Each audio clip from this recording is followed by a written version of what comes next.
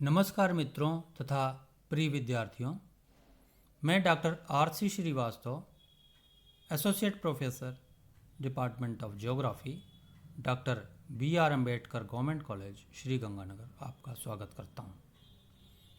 आज का टॉपिक कृषि से संबंधित है, जिसमें चाय की भौगोलिक परिस्थितियां, चाय की फसल के लिए भौगोलिक परिस्थितियां, वितरण, उत्पादन तथा व्यापार से संबंधित चर्चा की जाएगी। चाय एक सदापर्णी झाड़ी की सुखाई हुई पत्ती है। इसमें थीन नामक तत्व होता है, जिससे इसके प्रयोग से हल्का सा नशा हो जाता है और स्फूर्ति आती है। चाय का पौधा चीन का मूल निवासी है और वहाँ से इसे भारत लाया गया। चाय की कृषि बागानों में की जाती है। सबसे पहले इसकी पौध तैयार की जाती है और जब पौधे लगभग 20 सेंटीमीटर ऊंचे हो जाते हैं तो उन्हें पर्वतीय ढलानों पर प्रतिरोपित किया जाता है। चाय की झाड़ियों को 1.5 मीटर की दूरी पर कतारों में लगाया जाता है।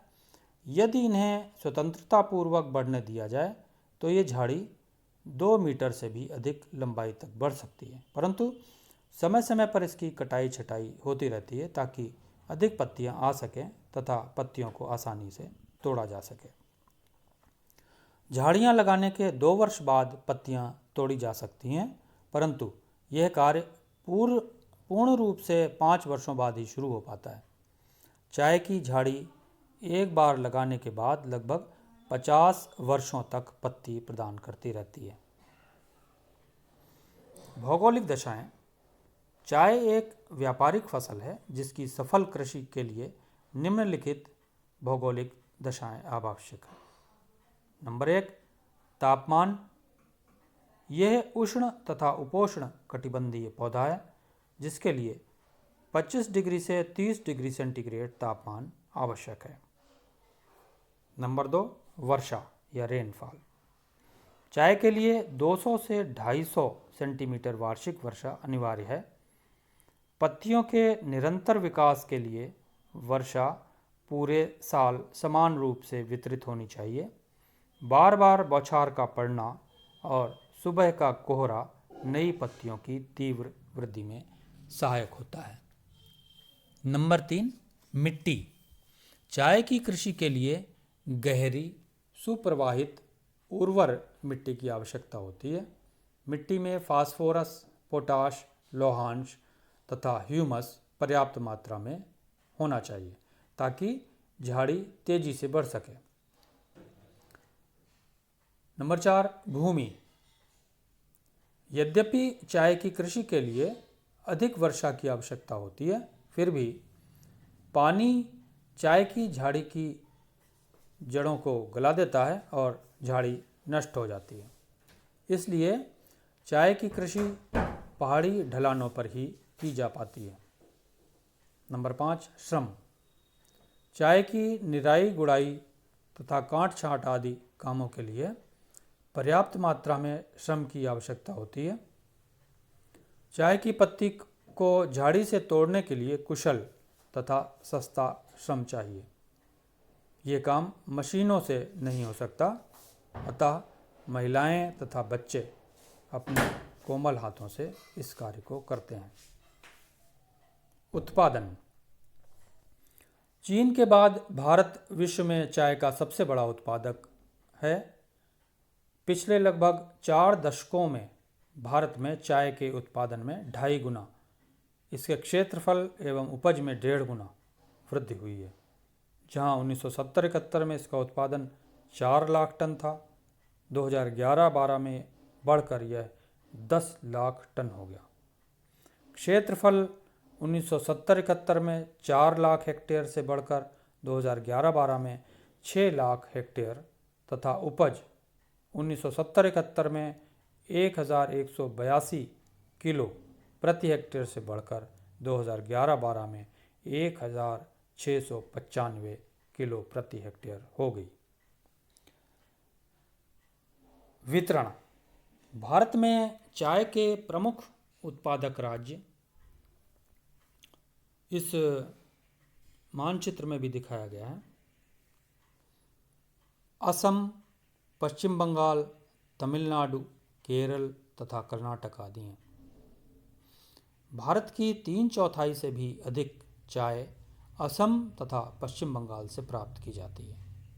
कुछ चाय त्रिपुरा, हिमाचल प्रदेश, उत्तर प्रदेश तथा बिहार से भी प्राप्त होती है। पहले असम। असम हमारे देश का सबसे बड़ा उत्पादक राज्य है। यहाँ देश की 52% चाय भूमि से 54% चाय प्राप्त की जाती है। यहाँ पर्वतीय ढालों पर पर्याप्त वर्षा हो जाती है, जो चाय के बागानों के लिए विशेष रूप से लाभकारी है। मुख्य उत्पादक जिले ब्रह्मपुत्र घाटी में शिवसागर, लखीमपुर व दरांग तथा निचले ब्रह्मपुत्र घाटी में नवगांव, कामरूप व गोलपाड़ा हैं। सिलचर जिले की सूरमा घाटी असम की 10% चाय प्रदान करती है।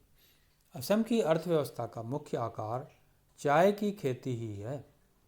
देश के अन्य क्षेत्रों में चाय की उपज बढ़ जाने से असम का सापेक्षिक महत्व कुछ कम होता चला जा रहा है, परंतु फिर भी असम हमारे देश का सबसे बड़ा चाय उत्पादक राज्य है और देश को आधी से अधिक चाय प्रदान करता है। नंबर 2 पे पश्चिम बंगाल। ये चाय का दूसरा सबसे बड़ा उत्पादक राज्य है और भारत की लगभग 1/4 चाय का उत्पादन करता है। मुख्य उत्पादक जिले दार्जिलिंग, जलपाईगुड़ी, कूच बिहार तथा पुरुलिया हैं। यहाँ दुआर क्षेत्र में पहाड़ी ढालों पर चाय के बागान लगे हुए हैं। दार्जिलिंग की चाय अति उत्तम कोट की मानी जाती है। इस जिले में 1800 मीटर की ऊंचाई तक चाय की कृषि की जाती है। नंबर 3 पर तमिलनाडु। ये भारत की 12% चाय पैदा करके तृतीय स्थान पर है। यहाँ नीलगिरी तथा अन्नामलाई की पहाड़ियों में चाय के बागान लगे हुए हैं। इस राज्य की 46% चाय नीलगिरी जिले की पहाड़ियों से तथा 33% अन्नामलाई से प्राप्त होती है। नीलगिरी की चाय उच्च कोटि की होती है, जिसकी रूस तथा पश्चिमी यूरोपीय देशों में बड़ी मांग रहती है। मुख्य उत्पादक जिले नीलगिरी, अन्नामलाई, मदुरई, कन्याकुमारी, कोयम्बटूर तथा तिरुनेलवेली हैं। इसके बाद आता है केरल। ये राज्य देश की लगभग 8.5% चाय पैदा करता है। यहाँ पर मध्य ट्रावनकोर, कानन देवंस, वायनाड, कन्नूर, पालघाट तथा त्रिचूर मुख्य उत्पादक क्षेत्र हैं। मध्य ट्रावनकोर तथा कानन देवंस केरल के कुल चाय उत्पादन का लगभग 39% तथा 34% प्रदान करते हैं। अन्य क्षेत्र हिमाचल प्रदेश के कांगड़ा व मंडी जिलों में हरी चाय उत्पन्न की जाती है। उत्तराखंड, देहरादून, अल्मोड़ा व गढ़वाल, झारखंड में रांची व हजारीबाग तथा कर्नाटक के कुर्ग, मैसूर तथा चिकमंगलूर जिले भी थोड़ी बहुत चाय पैदा करते हैं। व्यापार। भारत विश्व का बड़ा चाय उत्पादक होने के साथ साथ बड़ा निर्यातक भी है। विश्व की कुल चाय निर्यात का लगभग 1/4 भाग भारत से ही होता है। सन 2011-12 में भारत ने लगभग 293,000 टन चाय का निर्यात किया, जिसका मूल्य लगभग 4,080 करोड़ रुपए था। यह विश्व के कुल निर्यात का लगभग 1/4 था। पिछले कुछ वर्षों से हमारी खपत में तीव्र गति से वृद्धि हुई है। सन 1960-61 में भारत में प्रति व्यक्ति चाय की खपत 296 ग्राम थी, जो बढ़कर 2012-13 में 728 ग्राम हो गई। इसमें हमारे निर्यात पर प्रतिकूल प्रभाव पड़ा है, परंतु हमारी प्रति व्यक्ति खपत अन्य देशों की तुलना में अब भी बहुत कम है। अनुमान है कि चाय की प्रति व्यक्ति खपत संयुक्त राज्य अमेरिका में 3.2 किग्रा, ऑस्ट्रेलिया में 3.9 किग्रा, न्यूजीलैंड में 4.2 किग्रा तथा ब्रिटेन में 4.5 किलोग्राम है। सामान्यतः ब्रिटेन में एक व्यक्ति 1335 कप चाय प्रतिवर्ष पीता है। प्रति व्यक्ति प्रतिवर्ष चाय की खपत न्यूजीलैंड में 889, ऑस्ट्रेलिया में 642, रूस में 325, कनाडा में 321 तथा पोलैंड में 312 कप है। अतः हम इस निष्कर्ष पर पहुंचते हैं कि भविष्य में हमारी घरेलू खपत और भी बढ़ेगी, जिससे हमारे निर्यात पर और अधिक प्रतिकूल प्रभाव पड़ने की आशंका है। इसके अतिरिक्त अब हमें अंतर्राष्ट्रीय बाजारों में श्रीलंका की चाय से कड़ा मुकाबला करना पड़ रहा है।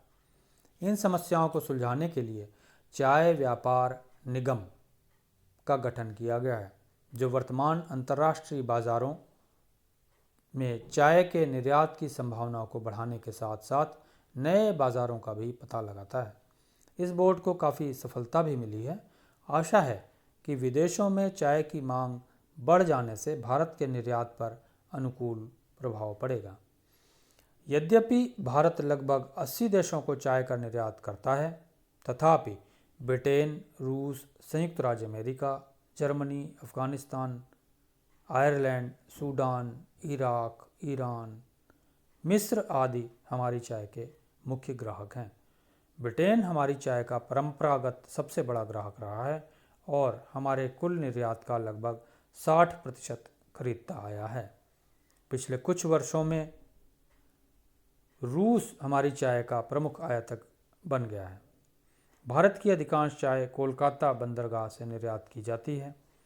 चाय के निर्यात के अन्य बंदरगाह चेन्नई, मैंगलोर तथा मुंबई हैं। आज की बात यहीं पर समाप्त होती है। आपने जो आज की बात सुनी उसके लिए आपको बहुत बहुत धन्यवाद।